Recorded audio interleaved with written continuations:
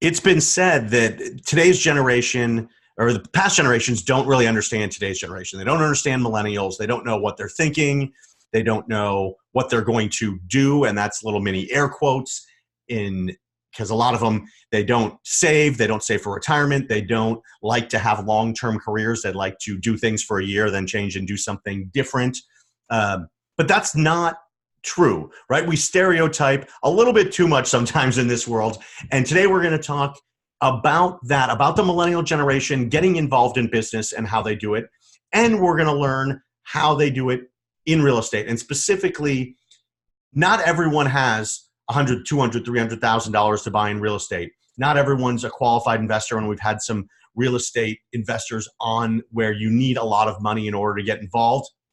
Today's guest is going to talk about how not only you can get involved as a millennial or with a millennial, but you can do so for very affordable pieces. So you can add income without having to wait for your 401k for the next 40 years. You can start to drive income right now into your life without a ton of money out of your pocket. It's a really cool program that he runs, and really excited to talk about it and to dig into his mindset, how he got started, and how he can make it work for people running other businesses or people who want to get into real estate as a business for themselves. This is Adam Kipnes, host of the Entrepreneurs MBA podcast. Appreciate you being here. As always, we are brought to you by powertexting.com on C-Suite Radio. Powertexting.com is a great platform to stay in touch with prospects and clients through text versus email. And they give away a free trip to one person from every show. So stay tuned to learn how you can get qualified to win that trip. It's super fun, very cool places, 4- and 5-star resorts. As always, one of the things we're going to talk about is how do you get clients? Because whether you go on a show or whether you speak from stage or whether you do Facebook advertising or other things in social media, there's lots of different ways to get clients. So how do you do so in an easy way without spending a ton of money on marketing or advertising? That is my forte. So definitely grab my book at freebookfromadam.com. And it's 8 ways to get more clients without spending any money on advertising. It's step-by-step everything you need to know. And it's a quick, easy read and hopefully kind of funny. So definitely grab that. Definitely stay tuned for more information on the trip. But without further ado, my guest has been an entrepreneur for his entire life, but he really got into it after he graduated from Loyola Marymount, grew up in California, immersed himself in real estate and learned the ins and outs of it, and has built a business around turnkey rentals. So finding properties for people that don't have time, understanding, or the desire to do it themselves, but buy a turnkey rental ready to go that can just start driving revenue. Antoine Martel, thanks for joining me today. I really appreciate it. I'm excited about the conversation. Absolutely. Thanks so much for having me on the show. Yeah, so there's a lot we're going to cover in the next 25 to 30 minutes, but I want to start with, you said that you've been an entrepreneur your entire life. What was the first thing? Were you like selling your parents on getting more money and getting out of chores? What was the first thing you did where that really appeared? I think one of the very first things was, there was a couple of things happening. My mom had a low carb health store. So she had a retail store. It was like a low carb store. She just opened it up. I was 8 years old. And I was there at the store with she hired somebody to like stack the shelves and like a product manager kind of person to take all the stuff out of the boxes and set up the store really. And I was there every single day setting up the store with my mom because it was summer break or whatever the case was. And I asked my mom about it a couple months ago. She was like, yeah, we saw as you just like as a little 8-year-old boy, you were setting up stuff on the shelves and you were telling the product manager where stuff should actually go. And no, this shouldn't go here. This should go over here. And, so helping set up the whole store, unpacking boxes, using a box cutter at 8 years old to open these boxes, take product out, and then helping the product manager who's been in it for 30 years, whatever, getting her tips on where the stuff should go. Right. Then after that, working the cash register at that store, and they could just really tell that I was different and unique and that I really loved business and that I had a keen eye for it and about product knowledge and how to place products and stuff like that. And then also just speaking with customers. Like I wasn't shy at all to speak with customers or to talk to people and to check them out, even though I was still 8 or 10 years old. And then, so that's really the first thing, the first sign. And then a couple of years later, my neighbor had a plum tree. We were probably like 11 or 12. Every summer when the tree would bloom, we would or every fall, we would take down all the fruits and all the plums and put it into a wheelbarrow, go wheelbarrow it around the whole neighborhood and sell plums 5 for $1 or whatever the thing was. And that plum tree was dry. I mean, it was, as soon as those plums were ready, they were stripped out of there and put on a wheelbarrow and wheelbarrowed around the neighborhood. So, and then like I got into importing and exporting stuff when Alibaba first started. From China, importing and exporting. I started a couple of businesses through that, importing and exporting. So yeah, literally my whole entire life, I've always been that entrepreneur, always selling something, always trying to make extra money here or there, doing some little odd job. That's really cool. And I know we're going to jump ahead and then we'll probably jump back a little bit, but when was it that you started putting systems in place and started putting a framework around your business like you have today? Yeah. So that was probably in the last 2 years, I've really started to, hire people on and like split up tasks and build a CRM system, like a custom CRM system, because nobody built a CRM for, turnkey rental property flipping. Right. So we literally built our own system on the Zoho platform, Zoho CRM. So we track all our projects there. We hired a sales manager. We have an acquisitions team now. So yeah, there's a lot of, just in the last 2 years, we've really taken our business and put systems in place. And it's something that I never did for my past businesses. Of course, because it was like, importing and exporting stuff. And it was just me, after school, just alone in my dark room, trying to make some extra money, Right. Yeah. But in this, and you probably, it sounds like you knew you were going to be an entrepreneur, that was what you were going to do, but you still went to get a traditional 4-year college education. Yep. In entrepreneurship. My major was entrepreneurship as well. Okay. So you went specifically because I was going to ask, why did you do it? And what did you learn from it that allowed you to graduate and then still take the entrepreneurial path versus follow probably 90% of your classmates who went on to get jobs? Yeah. I think it was out of our class. I think like out of the entrepreneurship program, I think 2 or 3 of us started something after, and then 2 of them have since failed. So I think it's me and one other guy who are still running something. The other guys either failed and went and got regular jobs. So yeah, I've been an entrepreneur my whole life, knew that's what I want to do, but just didn't have that business idea or that business take off yet from all the stuff that I had done before. So I was like, all right, well, might as well go to university as a backdrop. And let me study entrepreneurship. Let me see how, what the traditional entrepreneur is supposed to look like. Right. Yeah. And so I think it was helpful to kind of see, because some of the classes were pretty hands-on. There's not many universities that actually do entrepreneurship as a major. So, you learn how to raise money, how to create a pitch deck, how to speak with investors. They bring in a lot of investors into the program. And also entrepreneurs who have started big companies, like the owner of Costco came and spoke with us and all this kind of stuff. So it was really great, like seeing how a bunch of different people started their companies throughout that program. And I chose to do that instead of like typical business management program, just because it was more like bootstrapping and more like how to go from 0 to 1 instead of like, managing a big business and stuff like that.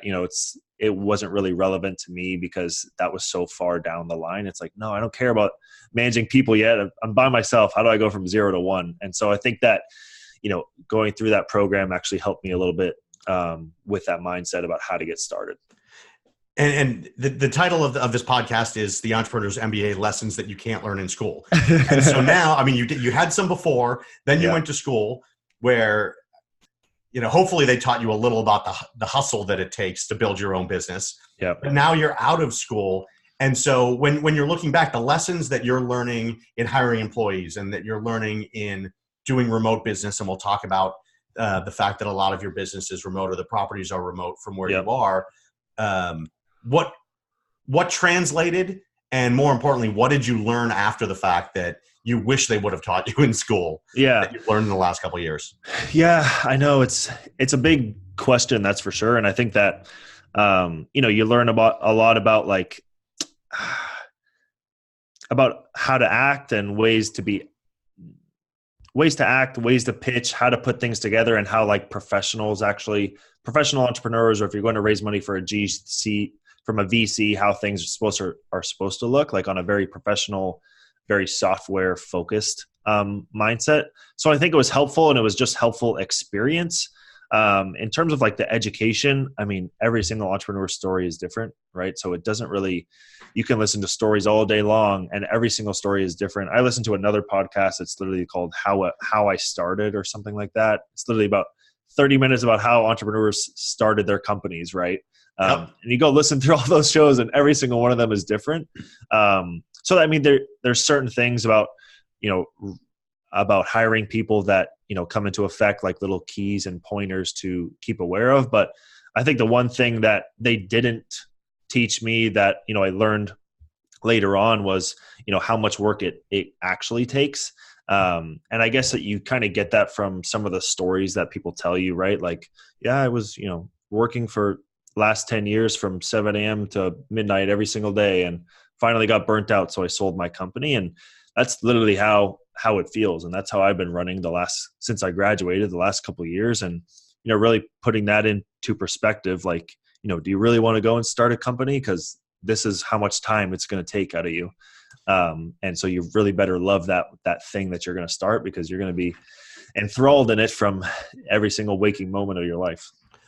Yeah, let's dig into that a little bit. So, entrepreneurs, every entrepreneur that I talk to, and I've had 70 on this show, and obviously I've met hundreds more in my life. Ultimately, the hustle is more important than the product or service. Mm-hmm. And that's the hardest part to wrap your brain around. Yeah. Especially in figuring out what it is you're going to do, right? Because some people have an idea to change the world. Others know they want to do something and they begin to look for an idea. It looks like you began to look for an idea in your life, and you're a realtor and then became an investor while you were in school, right? And then now are doing it for others. So why real estate? And when you're hustling as a real estate investor, you've got to find properties and you've got to find people and you've got to build systems. Where do you put that hustle? Or where did you put that hustle? Yeah. So the first 2 years, so my story goes back 5 years to when I was first introduced to real estate. Those first 2 years were literally hustling, trying to figure out how the hell I can make money in real estate. So hustling, trying to flip houses in LA. Okay, didn't work. Hustling, trying to wholesale houses in California. Okay, didn't work.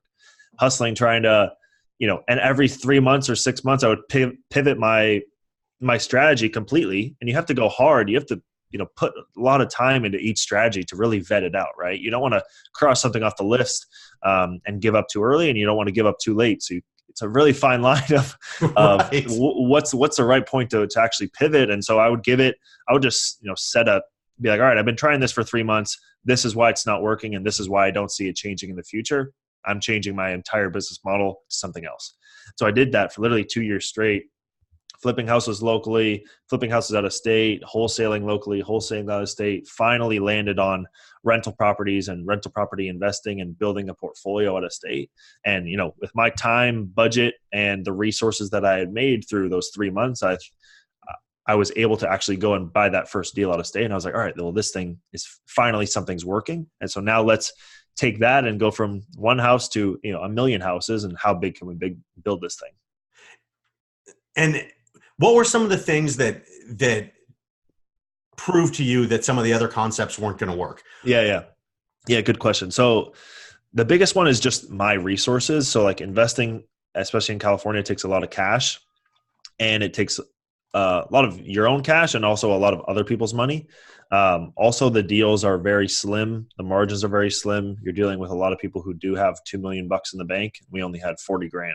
So when we were looking at the end of the day, you have to pay, a realtor, you have to pay a hard money lender, you have to pay your equity partners or your private money lenders. And so at the end of the day, I was like, all right, we put in our 40 grand, our last 40 grand, it's a one real estate deal. If it goes south and it's our first deal, so chances are pretty high, we're going to lose it all and risk all these people's money. It just didn't really make sense for us.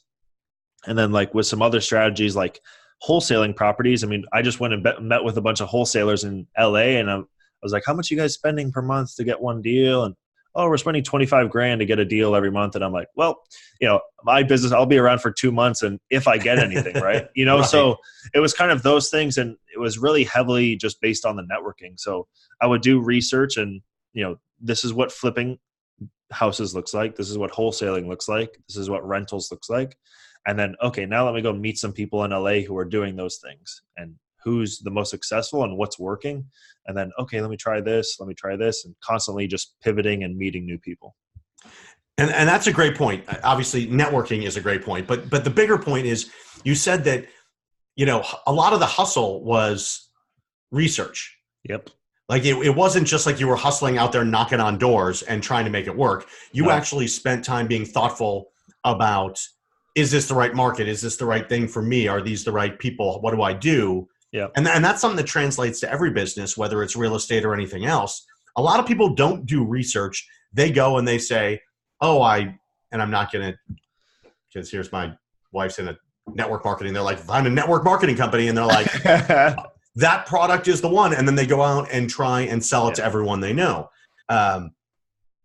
Thankfully, we take it for the product, and she does other stuff to make money. But a lot of people get something and then they go and try and sell it right away. And they don't research the product, the market, who the buyer is, who their ideal client is, which is one thing I big time focus on with my people is what's the product, what's the value that it brings to that client, who's that client, and how do you make those work? Yeah. When you were doing the research, is that something in you, or is that something you learned by banging your head trying to sell things early and finding out it didn't work? Yeah. I mean, the research was big when I got into the real estate side of things. Before, in my other company, it was just like, oh, I can buy this for this, and then I can sell it for this. And I was like, all right, let me just buy as many as I can. And you try to estimate the demand, but it was very fast, right? I mean, you could do it like in one night. I could flush out an idea for a product and, have the order coming in the next 3 weeks, and I'll sell it, 3 weeks after that, right? Because you can look at the demand on Amazon or eBay or whatever. So that was something that I didn't do so much before. But then when I got into real estate, it was like, okay, now I'm flipping a $50,000 product. I'm going to buy it for 30, put 20 into it, and sell it for 70 or whatever, or $60,000. So okay, let me do a little bit more research about the rents, the market, the cash flow, the major employers, the crime rate. There's all these other things that you have to look into. So I think that, and it's not fun. Like, nobody loves doing, I mean, maybe some people do, but like everybody just wants, if you're an entrepreneur, you just want to get things going, right, as fast as possible. And literally spending 2 years of that time just researching, not doing a deal, and meeting all these damn people. I was like, I'm sick of this shit. I want to get things going and moving, and I want to start making money. But it takes time to figure out what's going to work, and flushing out every single idea, and then really building that team, right? So building the team to help you, find a property manager, a contractor, a realtor. Those things then take even once you know the market, it's like, all right, now I need to find people in the market. And then with those people, then I have to find a house. So it's like a whole series of research questions that you need to go through, and vetting people out in order for you to have success. That's so important. And I want to talk a little bit about the team aspect of it, because I have a lot of solopreneur clients, and they say, I've got no employees. I'm a solopreneur, but they've got vendors that they work with. They've got partners. They've got joint ventures. They've got attorneys. They've got people that are in their worlds. They look at them not as part of their business. But in real estate specifically, and the way you talk about it, all of these people that you work with are part of your team, whether you want to call them employees, vendors, team, whatever. You look at them like that and treat them like that. Yep. How did you identify those people as team versus vendor?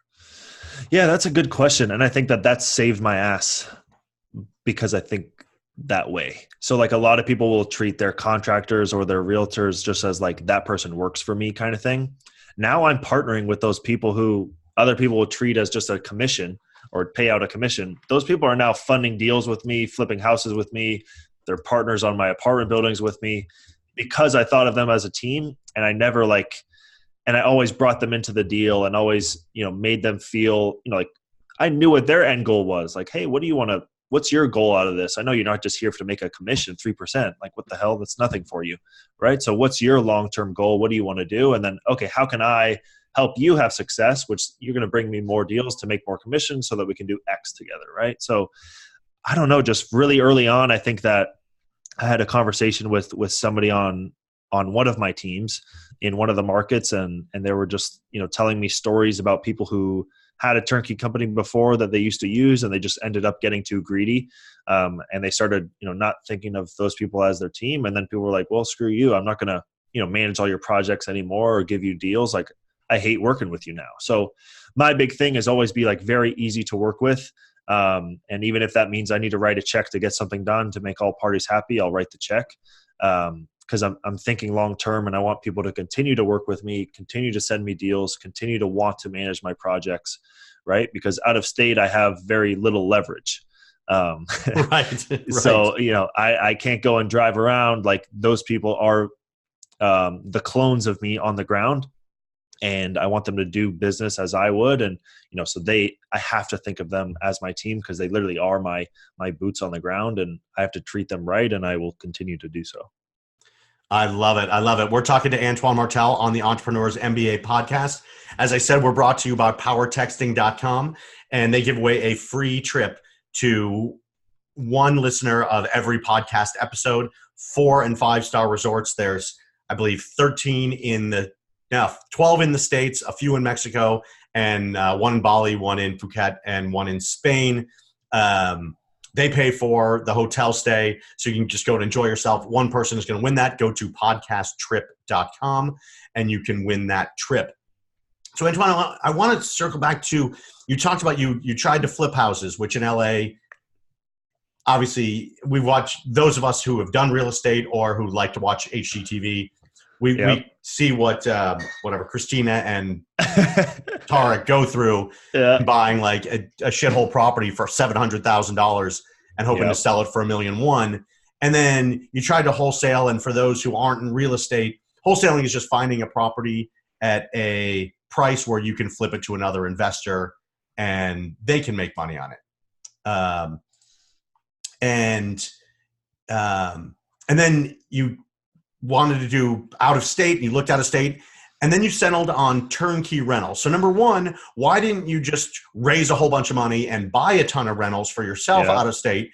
And then two, what the hell is a turnkey rental, and how can people benefit from that in their own lives? Yeah, so I'll tell you that story. So it was my last semester at LMU. I didn't want to graduate and work for somebody else. I wanted to do my own thing. So throughout those last 2 years while I was at university, I was studying real estate, finally landed on out-of-state turnkey rentals, did a bunch of research on Memphis as a market. I found a little team there, which was literally just a property manager and a realtor. And I said, I went to my dad and said, hey, we can buy this house for 40 grand, put 5 grand into it. It's worth 60 grand after, and we'll just do a refinance, pull the money out.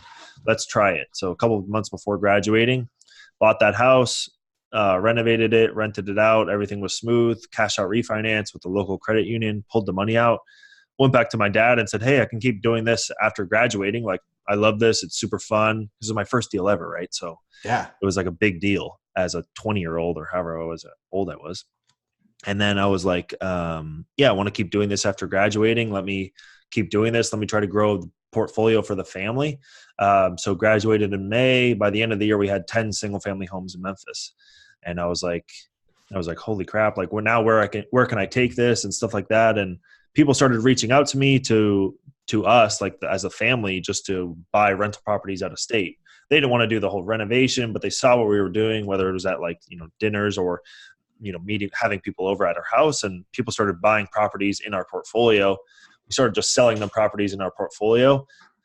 Giving them the property manager, helping them get financed with the lender we were using, giving them the insurance company because we were using that same insurance company. And that's how the turnkey business started. So we would now buy 2 properties, and we would refinance one of them and sell the other one.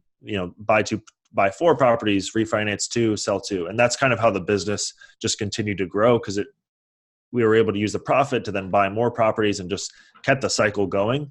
And that's how that business has grown today to where we're doing over 100 homes a year now. So it's really taken off over the last 2 years. And are those all in Memphis? Those are in Memphis. We added markets after that. So Memphis, Cleveland, Birmingham, and St. Louis. We're in 4 different markets now. Yep. And then what a turnkey rental is, to answer your question, is it's a property that you buy that already it's fully renovated, has tenants in place, comes with property management, and then we help you get financing and insurance as well. So kind of every person you're going to need. It's for somebody, busy working professional who doesn't want to invest in the stock market, wants to get into real estate, but maybe only has 20 or 50,000 bucks and can't go and invest in a huge apartment building or even a syndication for that matter. They need to start small and, take the steps up to doing bigger things in real estate.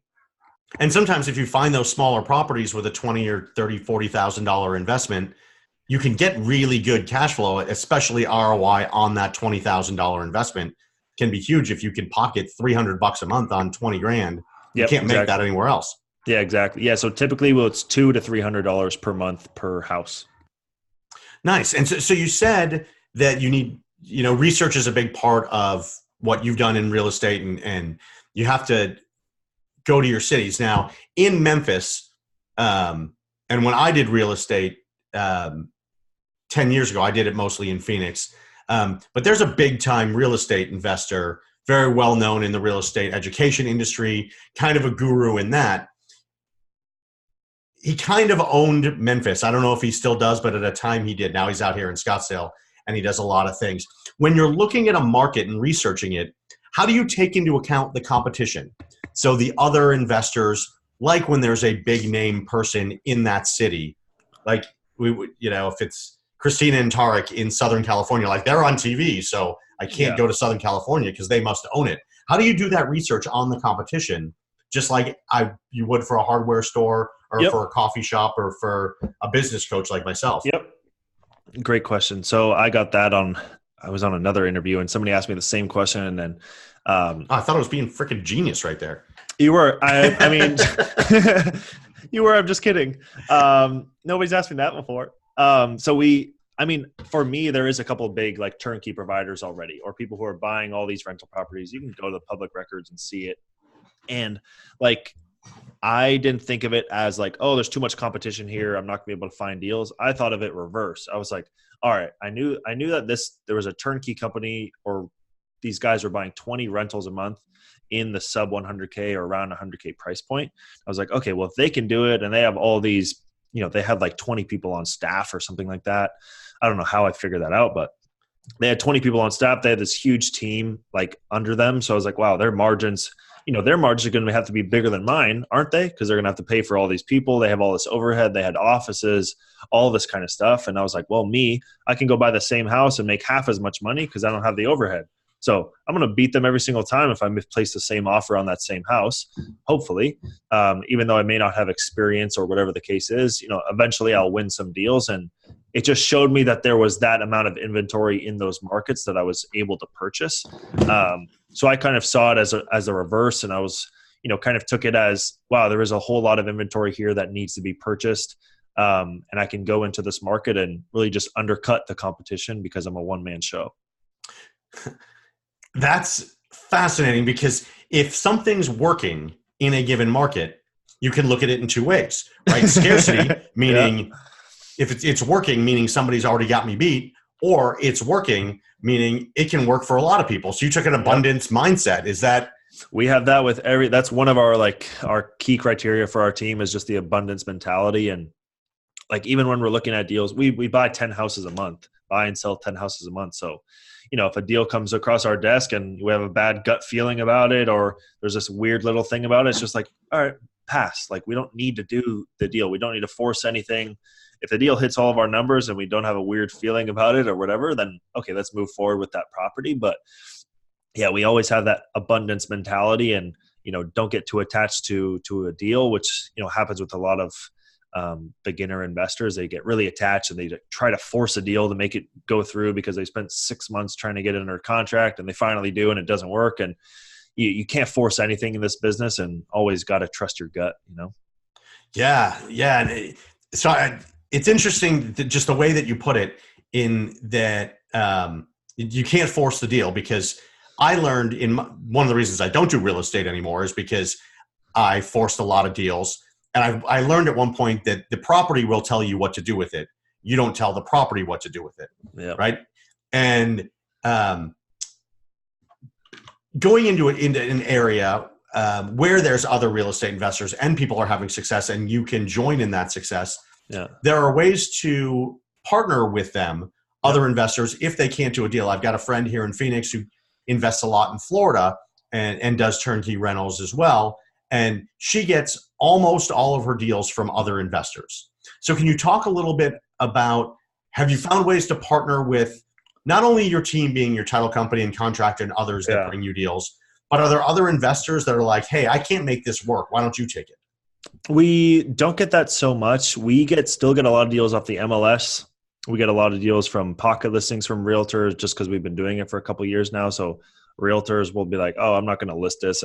Send it to Antoine. We know he's going to close. He'll give us a price because the person wants to get out. It's all cash. He's fast and easy to work with. So those two things, and then wholesalers as well. But those are really our three biggest ways that we're getting deals. We've tried the whole, direct mail and doing all that kind of stuff. It's really hard from doing it out of state because you don't have the boots on the ground really to walk the houses, do all the visits and stuff like that. But we don't get much from other investors just because there's not many other investors doing the turnkey for the neighborhoods that we're doing. They're doing a little bit more higher end, maybe B plus. We tend to be in like the B minus C class neighborhoods. Okay. Makes sense. So for your business, you need to find people who want the properties. Yep. You need to have partners on the ground to rehab them, to the title company, the landscaper. Yep. And then since you're doing turnkey, the people that you're getting money from, yep, essentially they've already bought the property. Yep. You're just going to fix them up and give it to them done. Yep. Are you then managing the property for them, or do you have another property manager there that takes care of that for them? So it's all third-party property management. So again, we started the business just building our own portfolio. So we just found a property management company we liked. And then once we started selling stuff, we just were like, all right, here's the property management company we use. Feel free to use them. They're the best person that we've found in the market. So that's how we do it. So all property managers we use in all the markets are all third-party. They're all companies that we've used in the past for our own portfolio. Fantastic. So if I come to you and I said, I've got 30 grand to invest, and whether you can split it across two properties because it happens to work out that way, or it's one property, which is more likely, then you fix it up, you give it to me. Do you find the initial tenants, or does a property management company? Property management company finds it, but we'll sell it to you with tenants in place already. So you'll buy something, cash flows from day one, then we'll help you get financing and insurance. Oh, awesome. So I essentially am just buying cash flow. Yep. And the final product. Yep. You just see the professional photos. You don't need to know anything about, the before photos. We'll tell you about the renovation so you know what was actually done so you can budget for that later. So we'll tell you that. We'll send you the professional photos, then we'll send you the lease, and then you'll sign the contract and close in 30 days and hope the appraisal comes back good. Nice. And so you've got two different marketing techniques that you have to do. You've got to market to your turnkey buyers. Yep. And you've got to market to find properties, meaning, just building those relationships. Yeah. Yep. How do you delegate your time? Or, it sounds like it's more than you now, right? You've got an internal team as well as an external team that works on this, but both are equally important because without one, the other doesn't matter. Yep. How do you split your time and split your focus to make sure both work? Yeah. So I actually hired my brother to handle all the acquisition side. So I brought him onto the team. He handles everything acquisitions related. So he can focus on that. I kind of focus more on the sales side and meeting new clients and seeing who I can help with, who has 20 or 50 grand and has W-2, who wants to get into rentals. So I focus more, my day is mostly filled with managing the projects we currently have under construction, making sure those are all good, and then really focusing on the sales and building up the business, finding new clients who either want to, invest with us on our apartment buildings or who want to invest and buy rental properties who we can help go down that route. Nice. And you're doing this all mostly from Southern California. You have to be in your markets probably once in a while Yep. to check on stuff, but the majority of your time is at home. Yep. So everything is through the internet or through the phone, correct? Yep. So I want to translate this just for the folks that are listening that are like, yeah, but I don't do real estate, right? But all of the things that you're doing are no different really than the e-commerce business that you did, whether it was through Alibaba and then selling through eBay or Amazon. Yep. It's the same business model. Yep. You just happen to choose houses and real estate to do it because you don't take physical possession of anything because you're remote and you've got people that do that for you. Yep. Exactly. Did you know that going in, or was that just something that turned out to be like, oh, this is the same skill set?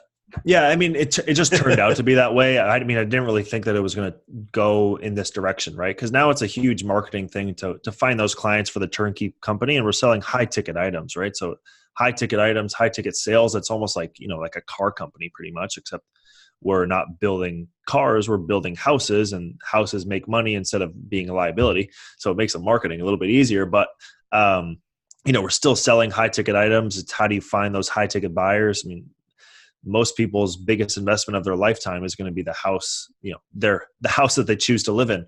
And so, using that and changing people's mindset, there's a lot of education up front. And I learned that too. My mom had a sauce company.